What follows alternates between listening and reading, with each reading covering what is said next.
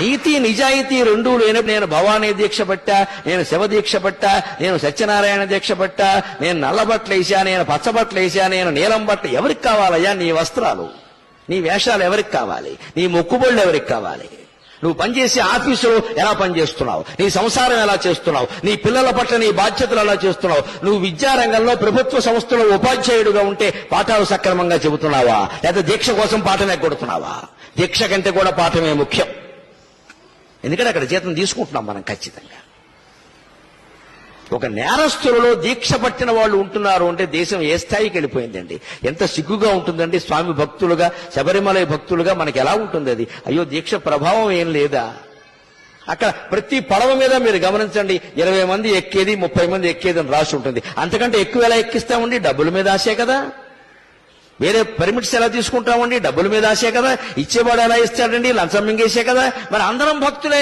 రేపు ముక్కోటి ఏకాదశి నాడు మీరు చూడండి, తిరుపతి పట్టదు, శ్రీశైలం పట్టదు, భద్రాచలం పట్టదు, దేశంలో ఏ గోమమో పట్టదు, మొత్తం అందరూ అక్కడే ఉంటారు. ఆ రోజు మహాపుణ్యం చేసిన పాపాలన్నీ పోతాయి. అంటే అన్ని పాపాలు చేశాడనమాట ఈయన. అసలు ముందు వీళ్ళు పాపాత్ముడి కింద గమనించాలి. ముక్కోటి ఏకాదశి నాడు పరిగెట్టుకుని గుళ్ళో గెడుతున్నాడంటే ఇంత పాపాత్ముడు ఇంకొకడు లేడు. పాపం చేయని వాడు వెళ్లాల్సిన పనిలా వాడు ఇంట్లో వాడు ఉంటాడు ఖచ్చితంగా. నేను ఏ పుణ్యక్షేత్రానికి, ఏ పుణ్యక్షేత్రానికి, ఏ పుణ్యతీర్థానికి, ఏ పుణ్యతిథి నాడు నేను వెళ్ళాను. ఎందుకంటే నేను ఏ పాపము చేయలేదు, పోవలసినవి ఏం లేవు. నాకు అవసరం లేదు వెళ్ళవలసిందే.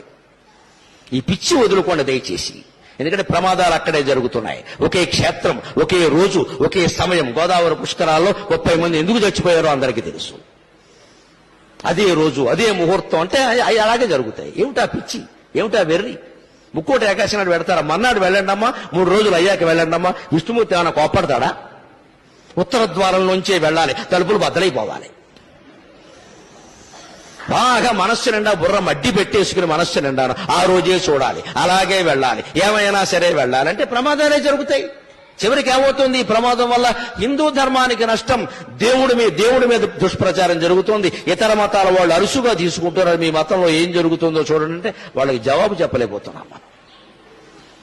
అంచేత పుణ్యక్షేత్రాలు, తీర్థాలు, పుణ్యతిథులు ఇవేవి ముఖ్యం కాదండి. శరీరాన్ని మించిన క్షేత్రం లేదు, మనస్సును మించిన తీర్థం లేదు. సత్ప్రవర్తన కలిగి ఉంటే నువ్వే ఒక పుణ్యక్షేత్రం, నీకు నువ్వే ఒక పుణ్యతీర్థం.